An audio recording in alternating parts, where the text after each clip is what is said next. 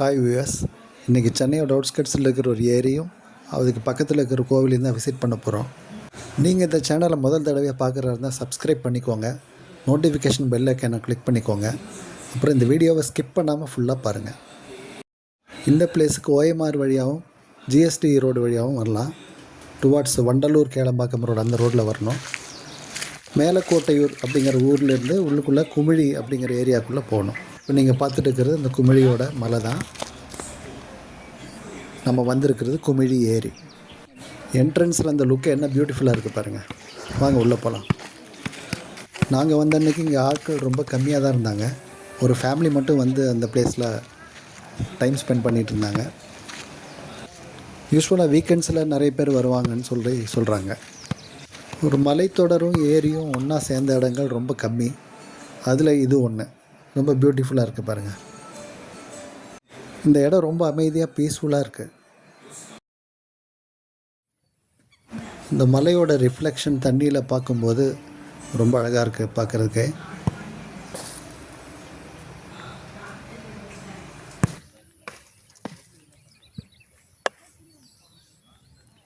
இந்த இடத்த சுற்றி நிறைய மரங்கள் இருக்குது. ஸோ நீங்கள் இது எந்த நேரத்தில் வேணாலும் வரலாம். மத்தியான நேரத்தில் வந்தால் கூட உங்களுக்கு இங்கே வெயிலே தெரியாது. ஸோ மரத்தடி நிழலில் நிம்மதியாக உட்காந்துட்டு நல்லா இந்த பீஸ்ஃபுல்லாக இந்த வியூஸ் எல்லாம் பார்த்துட்டு என்ஜாய் பண்ணலாம். மன அமைதியை விரும்புகிறவங்க இந்த இடத்துக்கு வந்து சும்மா உட்காந்து வாட்ச் பண்ணிகிட்டு இருந்தாலே போதும். இந்த பேர்ட்ஸோட சவுண்ட்ஸு, நேச்சர் எல்லாத்தையும் பார்க்கலாம். அந்த கேனப்பி ஆஃப் ட்ரீஸ் இருக்கிற இடத்துல வந்து அங்கே ரோடும் இருக்குது.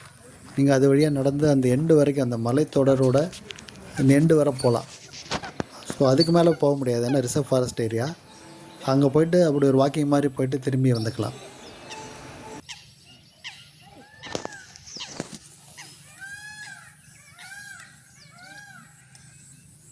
மயில் கத்துற சத்தம், பலவிதமான பறவைகளோட சத்தங்கள்லாம் கேட்குறதுக்கு சூப்பராக இருக்குது.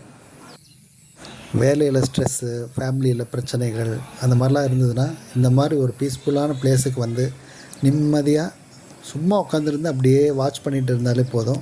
மனசு அப்படியே ரொம்ப அமைதியாகிடும். நடுவில் ஒரு சின்ன ஏரியாவில் வந்து ஐலாண்டு மாதிரி ஒரு ஸ்மால் பிளேஸ் உருவாயிருக்கு. அதில் நிறைய பறவைகள் அங்கே உட்காந்துருக்கு. ஜூம் பண்ணி பார்த்தா நல்லா தெரியுது. ஆனால் அந்த இடத்துக்கு நம்ம போகிறதுக்கு அப்ரோச் ரோடு எதுவும் இல்லை. நாங்கள் இந்த பிளேஸை விசிட் பண்ணும்போது ஈவினிங் டைம், கிளைமேட் ரொம்ப நல்லாயிருக்கு. சன்செட் ஆக போகிற நேரம் இது. கொஞ்சம் வெளிச்சம் அப்படியே கொஞ்சம் கொஞ்சமாக குறைஞ்சிட்டு வருது. இந்த வெயில் காலத்தோட எஃபெக்டில் தண்ணி குறைஞ்சிருக்கிறத பார்க்குறோம். மழை காலங்களில் இந்த மரங்களோட எண்டு வரை தண்ணி வரும் போல் தெரியுது. அது அப்படியே வரப்பு மாதிரி இருக்குது. அந்த எண்டு வரைக்கும் தண்ணி இருந்தால் செம்ம சூப்பராக இருக்கும். இப்போது சன்செட் ஆக ஆரம்பிச்சிருச்சு. அதோட இமேஜ் எப்படி தெரியுது பாருங்கள். தண்ணியில் காற்று இல்லாதனால அலை இல்லாமல் இருக்குது. ஸோ அந்த இமேஜஸ் நல்லா பியூட்டிஃபுல்லாக விழுந்திருக்கு தண்ணியில். அப்படியே பியூர் ரிஃப்ளெக்ஷனாக இருக்குது. எது ஒரிஜினல் எது இமேஜ்னே தெரியாத அளவுக்கு இருக்குது.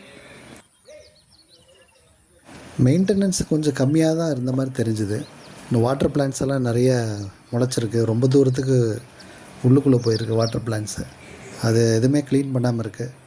வந்து போகிறவங்கெல்லாம் நிறைய அந்த தண்ணி பாட்டில், அப்புறம் சாப்பிட்டதோட அந்த பேப்பர்ஸ், வேஸ்ட் பேப்பர்ஸ், அது இது கவர்ஸ் எல்லாத்தையும் தூக்கி போட்டு போகிறாங்க. ஸோ அதை க்ளீன் பண்ணுறதுக்குன்னு அங்கே டெடிக்கேட்டடாக யாரும் இருக்கிற மாதிரி தெரியல. அந்த பக்கமும் நிறைய மரங்கள் இருக்குது, நல்லாயிருக்கு. நான் என்னால் முடிஞ்ச வரைக்கும் கொஞ்சம் குப்பைகள்லாம் எடுத்து ஒரு ஓரமாக போட்டேன். வரவங்களும் அதே மாதிரி பண்ணாங்கன்னா நல்லாயிருக்கும்.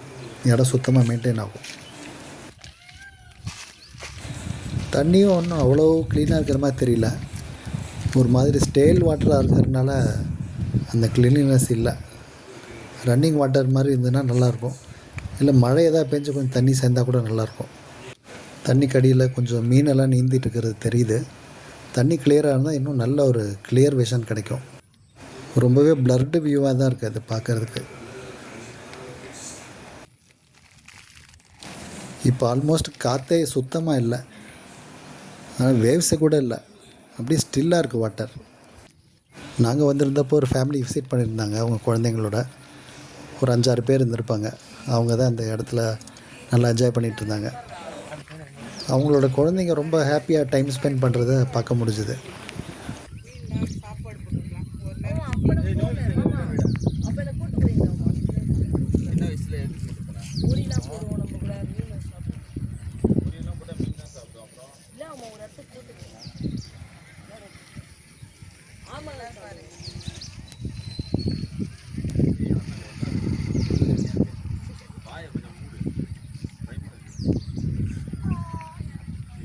அவங்க கிளம்புறதுக்கு ரெடி ஆகிட்டாங்க. ஸோ அதுக்கு முன்னாடி இந்த செல்ஃபி எல்லாம் எடுத்துகிட்டு கிளம்பிகிட்ருக்காங்க. நீங்களும் ஃபேமிலியோடு இந்த இடத்துக்கு வந்து விசிட் பண்ணிங்கன்னா உங்களுக்கு நல்ல ஒரு மெமரபிள் மூமெண்ட்ஸாக இருக்கும் இந்த இடம். நம்ம ஃபேமிலி டீம் தான் இது அதான் நம்மளோட ஆறாம்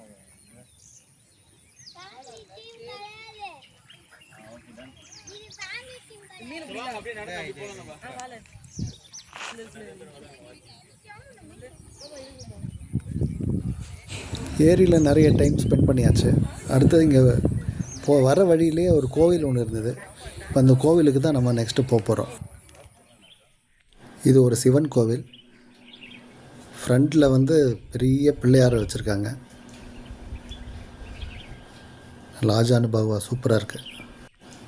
திரிபுர சுந்தரி சமேத வேதகிரீஸ்வரர் ஆலயம், அதான் இந்த கோவில் பேர். அந்த பக்கம் விநாயகர், இந்த பக்கம் பெரிய ஆஞ்சநேயர். நல்லா ஹைட்டாக இருக்குது.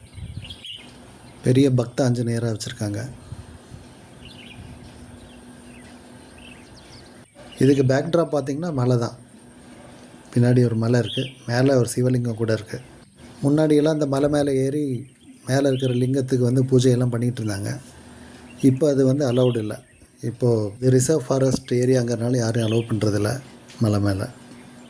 கிரிவல பாதையெல்லாம் கூட அமைச்சிருக்காங்க மலையை சுற்றி. கிரிவலெல்லாம் முன்னாடி போயிட்டு இருந்திருக்காங்க. இப்போ நீங்கள் பார்க்குறது நவகிரகம்.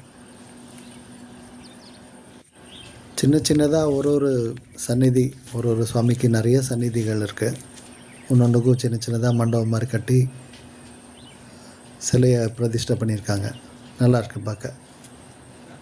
அதோட முக்கியம் ரொம்ப பழமை வாய்ந்ததாக இருக்குது. ஒரு 1000 வருஷத்துக்காவது இருக்கும் பழசு. இந்த மரம் பாருங்கள் எவ்வளோ பெருசு, எவ்வளோ அகலமாக இருக்குது. அதோட பிரான்ச்சு ட்ரங்க் பாருங்கள் என்ன அகலமாக இருக்குது. சரி வாங்க ஒரு சன்னதியாக பார்ப்போம். இவர் சந்திரன், சந்திர பகவான்.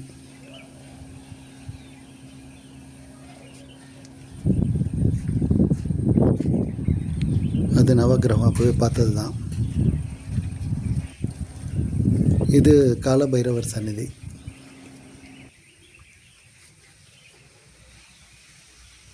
கொஞ்சம் இருட்டாக இருக்குது, வெளிச்சம் இல்லை. இங்கே ஒன்றும் இல்லை, காலியாக இருக்குது. இது ஹனுமார் ஆஞ்சநேயர் சிலை நல்லாயிருக்கு. பின்னாடியிலேருந்து பார்க்குறப்ப கூட சூப்பராக இருக்குது.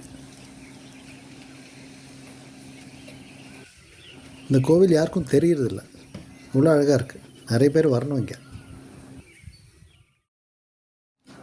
ரொம்ப பெரிய இடம் இது, எவ்வளோ ஸ்பேஷியஸாக இருக்குது. குட்டி குட்டியாக நிறைய சன்னதிகள். ஆனால் நேச்சுரல் பியூட்டியோட மலையோட அடிவாரத்தில் இருக்குது. இது ஏதோ கதையை பேஸ் பண்ணி ஒரு சில மாதிரி பண்ணியிருக்காங்க, என்னன்னு தெரியல. இவர் தான் நம்ம குரு பகவான். ரீசெண்டாக குரு பயிற்சி வேறு ஆச்சுன்னு சொன்னாங்க. அதுக்கு இவர் தான் அதிபதி. இது தீபத்தூண், சூரிய பகவான். இந்த பக்கம் வந்தால் இங்கே ஒரு சந்நிதி இருக்குது, துர்கைன்னு நினைக்கிறேன். ஆமாம், அஷ்டபுஜ துர்கை.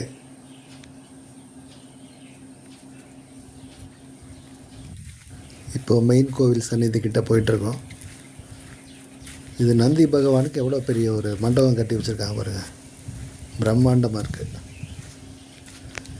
பெரிய லெவலில் பூஜையெல்லாம் நடந்திருக்கும் போல இருக்குது முன்னாடி. இப்போ ஆளுகளையே காணோம். இதோ பைரவர் வாகனம் இந்த கோவிலில் பூஜை பண்ணுற குருக்கள் ஒரு சில விஷயங்கள் சொன்னார், அதையும் கேட்போம். சொன்னவங்க இங்கே நிறைய சித்தர்கள்லாம் இருந்தாங்கப்பா அப்படின்னாங்க. எங்கள் அப்பா சொல்லுவார், நாங்கள் குழந்தையா இருக்கும்போது வயசானவங்க, அதாவது ஒரு 80 வயசு 75 வயசு உள்ளவங்க எனக்கு சொன்ன விஷயம் என்னன்னா, இங்கே சித்தர்கள்லாம் நிறைய பேர் இருப்பாங்கப்பா. இங்கே இருப்பாங்க, இல்லைன்னா திருக்கோவில்கிட்ட போயிடுவாங்க. நமக்கு இங்கே வந்த பிறகு தான் தெரியுது இது குலதெய்வம் கோயில், இது வந்து பழமையானது அப்படின்றது வந்து சும்மா 1000 வருஷம்னு இதில் போனால் இது 1000 வருஷம் பழமையான கோயில். பழமையாகும். சிவன் வந்து வேதகிரீஸ்வரர், அம்பாள் வந்து ஸ்ரீ திரிபுர சுந்தரி. இப்போ நான் ஜூம் பண்ணுறேன், அம்மனோட முகத்தில் அழகையும் சிரிப்பையும் பாருங்கள். கடைசியாக இது நால்வர் சந்நிதி. நீங்கள் இந்த குமிழி ஏரிக்கு வந்தால் மறக்காமல் இந்த கோவிலுக்கும் கண்டிப்பாக வந்துட்டு போகணுங்கிறது என்னோடய தாழ்மையான வேண்டுகோள். இந்த வீடியோ பிடிச்சிருந்தால் லைக் பண்ணுங்கள், ஷேர் பண்ணுங்கள். அடுத்த ஒரு பியூட்டிஃபுல்லான வீடியோவில் சந்திப்போம். Bye viewers.